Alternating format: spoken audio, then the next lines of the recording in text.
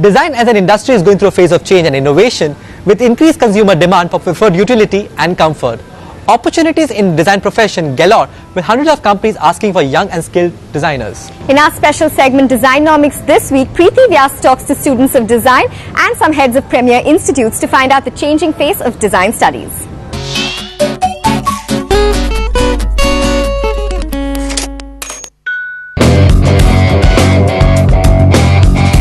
Designomics as a movement has gone from the boutique to the boardroom. Now let's take a look at the academic world. Is it really bracing up to the challenges of the new age India? And how do designers actually look at design? So here are some of the students who are actually passing out into the big world out there equipped with a lot of design skill sets. What do they have to say about what they're going to be doing and where they want to go? De-learning is the word that people need to know. And I think that word helped me for 4 years to be more observant, to come up with solutions and to understand that design is related to every field. So it's not like we're designing in a vacuum. We understand who our consumer is, we understand what the problem actually is and the environment that it exists in. And using that, we transform that into ideas, into concepts and figure out what's most viable for that particular situation. We caught up with the director of the National Institute of Design, and let's see what his take is on design as an industry, design as an academics. If you look into early 80s or late 70s, our products were 20 years behind in terms of its R&D, in terms of its functionality, in terms of its aesthetics than Japanese products or German products. And there was no comparison. People were thinking that design is a cost. In fact, the design is not a cost, it's an investment. Today, if you invest in design, you will get benefit tomorrow. And that understanding, I would say, industry has got in late 80s and early 90s. There are companies who invested in design. I would say, to name few, Titan is one company which is very much design-led and matching the competition, global competition, because they invested 20 years ago, set up the design office and started developing designs. Look at the Mahindra & Mahindra. The Scorpio, when so many foreign cars were here, SUVs were here, it was a big risk for them, but they invested in design. And today, not only Scorpio, but Xylo car is also is doing very well, and in fact you will find all over the country, not in the country, but when you go abroad, you see these vehicles, and because they are Indian design. Look at Indica, look at Indigo and the Tatas who have invested in design and created something. And today, because of that, Nano car has become icon for the world, that how on earth you can develop and design a car which is less than a price of music system of some luxury car. So this is something I would say is a very, very contextual centric innovation some of the companies have done, and they have taken competitive advantage because they invested in design. That was Preeti Vyas of the National Institute of Design. More recently, we have seen a lot of new institutions like the MIT Institute of Design in Pune, which have also taken upon a whole new curriculum for a whole new India. We caught up with Dhiman Panchal at MIT ID, and here's what he has to say about design. I remember the era when I just joined NID as a faculty and doing some consultancy projects. Design was looked at only as one of the dimension of the business, and it was always seen as an end. Exactly. Input, never yeah, that's it. I mean, you design the product for somebody and you're done with, somebody else would look after the post processes of the product design, which is marketing, designing the campaigns and everything. But I think 30 years on, I think the entire design scenario has changed. Nobody's talking about design in isolation. Design is a very much an integral component, part and parcel of a business strategy. And not only that, I think that need has trickled down all the way into our academics as well.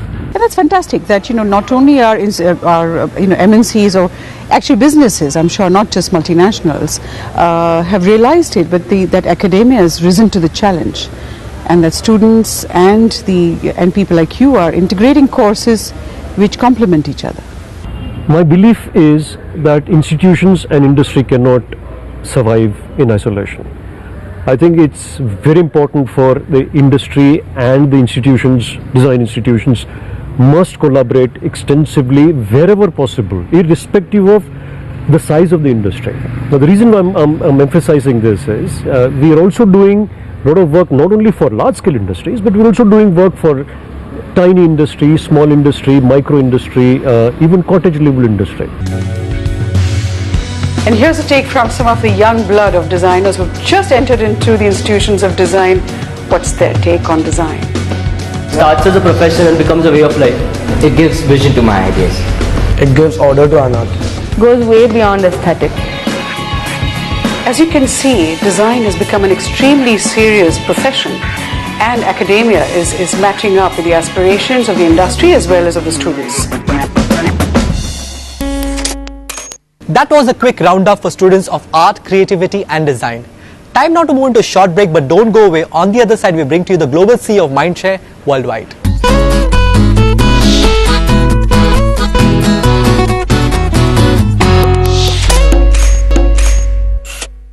Hello and welcome back to Logo.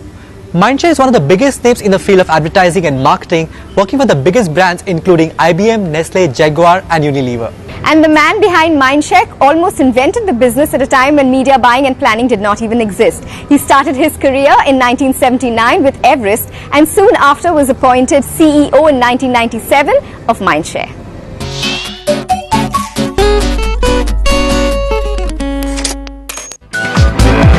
In India, after a gap of 4 years, Dominic Proctor says when the slowdown of 2009 had curbed the growth of most markets around the world, it was India that was the high point for most business ventures, and similar was the fate for Mindshare in India.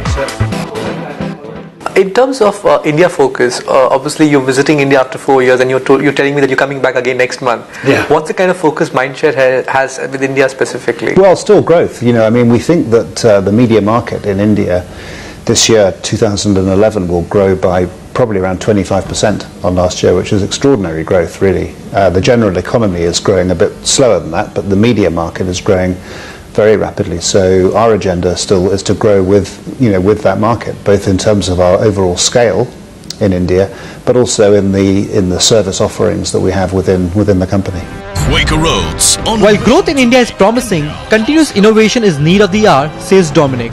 It's no surprise then that Mindshare India went way beyond the traditional media approach to experiment for PepsiCo's Quaker Oats Make India Heart Healthy campaign. Known for oily rich food, Indian lifestyle. And this one was born from just research actually, and the insight, it sounds simple, but it took a lot of work to get to the insight, and the insight was that the target audience in India was actually much more concerned with looking healthy than being healthy.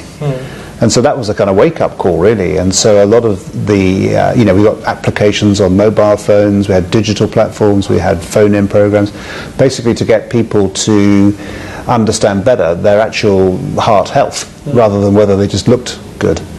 But would an experiment like this require a long-term money pumped in rather than a one-time blip or a viral marketing, which is...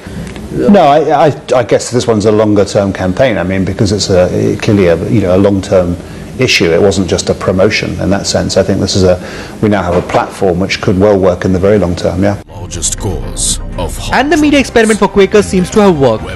Since the launch, sales of Quaker Oats have increased by 74%, says Dominic. Similar to Quaker, Mindshare has conceptualized several newer ways to reach out to the target audience. And one such experiment is Cornetto Love Reels. NTV and Cornetto Love Reels present Like I Love You. It was really simple. I mean, I guess it was the first example in India of open source, of crowdsourcing with our colleagues and friends at MTV to get the population literally involved in the in the whole brand experience. It's as simple as that. I think, the general trend now is to try and get consumers more and more involved in a brand. There's a thought that consumers basically now control brands, because the social networks that surround brands are in the hands of consumers much more than they are in the hands of brand managers. So I guess this example just reflected that. Sure. So it's turning out more to be around conversations rather than a one-time 30-second... Yes, conversations, two-way conversations rather than, just a transmission. As the battle among media agencies gets more intense and fragmentation in traditional media, such as print and television, gets more pronounced, it is surely challenging for any media professional to come up with new ideas to break away from the clutter. The unprecedented growth in mobile phones and online media is hard to miss, and this is where the next phase of growth will come, says Dominic. We think that the overall market, as I said, is going to rise by about 25%, but within that, digital media will rise by 35 or even 40% this year. So there is more growth in the newer media formats, obviously.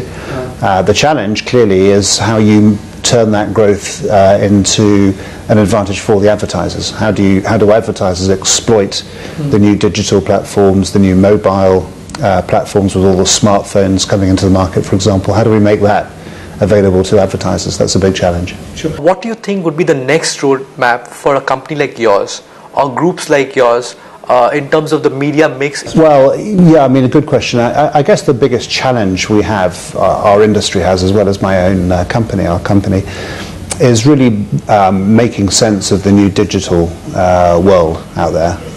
Whether that's tablets, iPads, or whether that's mobile, smartphones, whatever, all the different new platforms and formats of digital media which proliferate now, and there's no question that that's going to continue, no question whatsoever that that's going to continue.